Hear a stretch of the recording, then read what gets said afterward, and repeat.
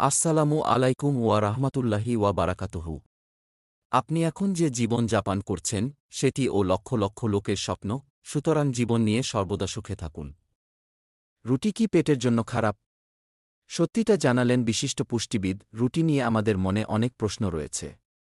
এই যেমন একদল মনে করেন, রুটি খেলে বুঝি পেটের হাল বিগড়ে যেতে পারে, পিছু নিতে পারে গ্যাস, অ্যাসিডিটির মতো সমস্যা। তবে এই ধারণার নেপথ্যে কি কোনো যুক্তি রয়েছে, নাকি গোটাটাই মিথ? আর সেই নিয়েই নিজের মতামত দিলেন কলকাতা শহরের বিশিষ্ট পুষ্টিবিদ। আমাদের মধ্যে একদল রুটির প্রেমে পাগল। তাই তারা সারাদিনে একাধিকবার এই কার্বোহাইড্রেট সমৃদ্ধ খাবার খান।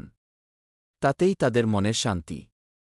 আবার অপরদিকে একদল রয়েছেন, যারা রুটি দেখলেই নাক সিটকান। তাদের কথায় রোজ এই খাবার খেলে নাকি পেটের বেজে যেতে পারে 12টা। তাই তারা সকলকে রুটি কম খাওয়ার পরামর্শ দেন। কিন্তু প্রশ্ন হল, সত্যিই রুটি পেটের স্বাস্থ্যের জন্য ক্ষতিকর?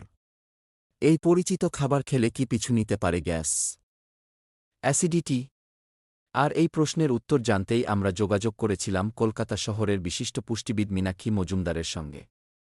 তাই ঝটপট তার মতামত জেনে নিন। তারপরই না হয় রুটি নিয়ে কোনো সিদ্ধান্তে উপনীত হবেন। আমাদের অতি প্রিয় রুটি হল অন্যতম শ্রেষ্ঠ কার্বোহাইড্রেটের উৎস, যার ফলে রুটি খেলে খুব সহজেই শরীরে এনার্জির ঘাটতি মিটিয়ে ফেলা যায়।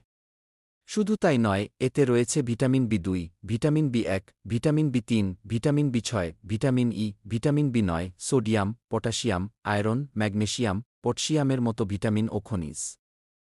তাই নিয়মিত এই খাবার খেলে যে দেহে পুষ্টির ঘাটতি মিটে যাবে, সেই বিষয়টা আর আলাদা করে বলতে হবে না নিশ্চয়ই। এই প্রশ্নের উত্তরে মীনাক্ষী মজুমদার জানান, কিছু মানুষ মনে করেন রুটি খেলেই বোধহয় পেটের সমস্যা হবে। তাই তারা রুটি এড়িয়ে চলেন। তবে এই ধারণার কোনো বিজ্ঞান ভিত্তি নেই। বরং রুটিতে মজুদ ফাইবার অন্ত্রের জন্য অত্যন্ত উপকারী। এই খাবার খেলে ঠিকঠাক বাওয়েল মুভমেন্ট হয়। ফলে কোষ্ঠকাঠিন্যের মতো সমস্যা পিছু নিতে পারে না। তাই অহেতুক রুটির থেকে দূরত্ব বাড়ানো উচিত হবে না। বরং রোজের ডায়েটে এই খাবারকে জায়গা করে দিন। তাতেই উপকার মিলবে হাতে নাতে। রুটিতে মজুত রয়েছে গ্লুটেন নামক একটি উপাদান।